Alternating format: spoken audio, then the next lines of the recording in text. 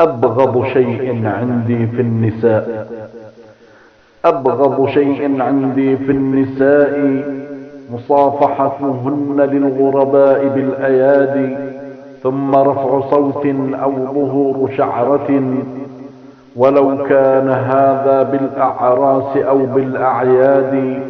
والغرباء كل من يحل لهن، فهذا تحريمه جاء بأحسن إسناد. فمن كانت هذه صفتها رضيتها وقبلت منها الجبين والأيادي، ومن لم تكن هذه صفتها لا أرضى بها ولو قبلت مني الأقدام والأيادي. ومن لم تكن هذه صفتها لا أرضى بها ولو قبلت مني الأقدام والأيادي.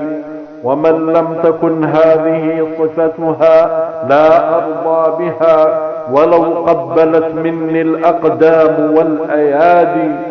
هدى الله نساء الإسلام لمحاسن الأخلاق بجاه سيدنا محمد